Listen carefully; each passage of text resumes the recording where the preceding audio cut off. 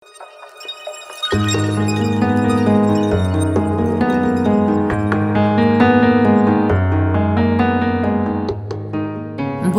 үн нахилзуулан гэрийн цас шүүрдэж бусдын дээгүүр бодрууланхан байхдаа үүдээр цохих аавынхан дээрээс үлээсэн цас минь үснийхэн сор болсон.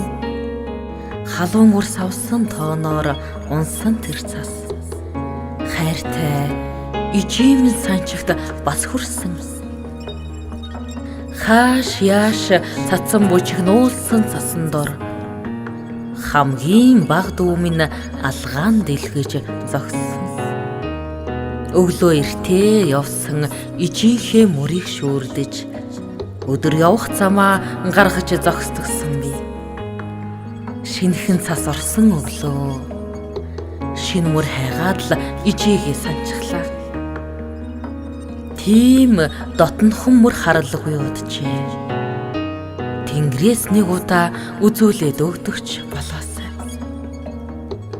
Зөөлөн гიშгэх алхаан дундаасаа зөммөн сэрээдл ижигийн ирхнээ гэд итгэж эхлэв. Явган хүний ганц нарийнхан жимээр явсаар би ижидэн хүрнэ гэд сэтгэж эхлэв. Дээрээс хэн нэгэн харж байгаа бол дэрсэн шүүрээр би бурхны тийг татж харагдана. Нийвсэтгэл дарсан цасан донд нэгэн хөө нэрэл ижигээ санаж дээ гэж бодогдно. Мөр нуруунд дээр минь зузаан цас малгайлахад мөн чи хүн санагдаад ажин түжин.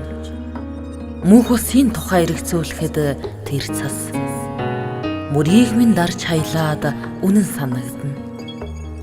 Огторгын өөд ширтэн хэвтгэхэд олон морьтон давхилсаар нүдэн дотор минь унана. Жамын тухай бодоход мөн чанар нь танигдаад жаргал зовлон хоёр минь тэнцүүхэн болчихно.